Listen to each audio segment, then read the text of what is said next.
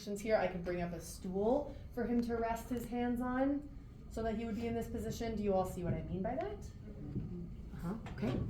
So I can just work on the parts of the arms that are exposed with my effleurage and my petrissage here. If I want to do some specific biceps friction, I will usually scoop my fingers into the biceps attachment and then drag my fingers through the muscle like this.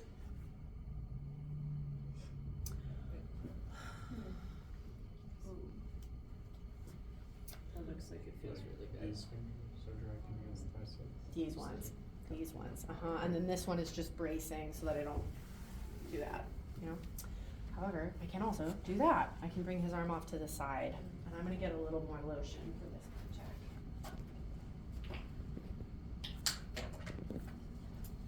So now that his arm is off to the side, I'm kneeling. I kneel quite a lot in my practice. We have these knee pads if you want to practice working kneeling without putting your knees on the hard floor. You can also bring up a stool and sit. I kneel a lot. You do not have to if this is not comfortable on your knees. Yes, these. Thank you, Monique. These blue pads, that's what those are for. We'll bring them out in chair massage because in chair massage you're going to be kneeling. Even if you don't want to, you have to. Sorry, I'm like this. Okay, so I'm effleuraging through the arm. Here's the lats, here's the upper traps, spreading the tissue. I can work the infraspinatus and teres really nicely in this position. I can, It seems nice to be receiving it while you're kneeling because it's like more direct.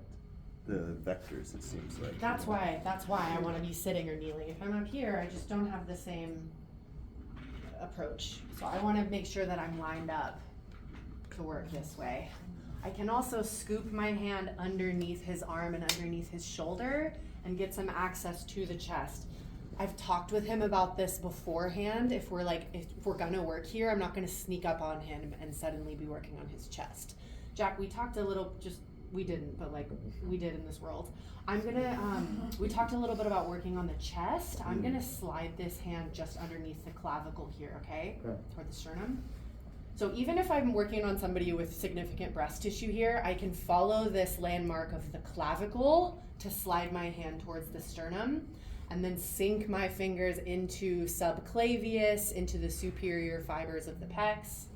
And just like I did with my iliac tracings, drag my fingers through these fibers out towards the acromion process. And it's nice. Right, Jack? Yeah. Yeah. I can carry that through the biceps. I can kneel here and work on the forearm and do some like forearm ringing here. Forearm ringing, huh? Yeah.